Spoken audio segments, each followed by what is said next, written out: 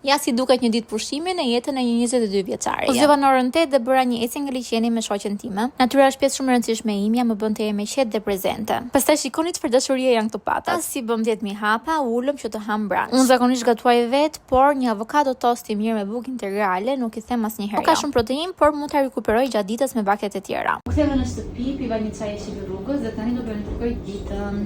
Në fakt në mëngjes mendova se do punoja, do bëja video dhe do bëja takime pune, por janullova të gjitha këto dhe lexova Dostojevskin. Hëngra të drekën me atë punë, kefir, çokoladë zezë, hëngra një banane po nuk ua tregova. Bëra disa blerje për snekun e pasdites, moll, kos grek dhe mora porosi nga Fashion Nova e cila më kishte ardhur dhe po a tregoj dhe juve, kisha sete sportive për palestër. Por ky seti sportiv ngjyroz është më shumë për pilates ose për të dalë sepse ishte shumë cute. Gjithsesi, nuk mund të vazhdoja leximin e librit pa çajin tim të dytë të ditës, e piva sërish jeshil dhe shoqërova me moll dhe me kosin grek që bleva. Postova në Instagram.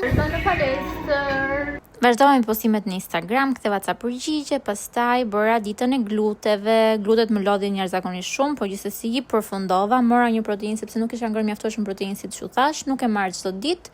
E bëra me kos në tip smoothie këtë herë. Dhe pastaj shkova në shtëpi dhe duhet të gatuaja darkën, sepse duhet i bëj gjitha gjërat vet. Sallatë jeshile, peshk ton, kos grek, nuk e di sa herë kam ngrënë kos grek sot, vaj ulliri, kastravec, limon. Upsi, kaq ishte. Mbarova librin natën.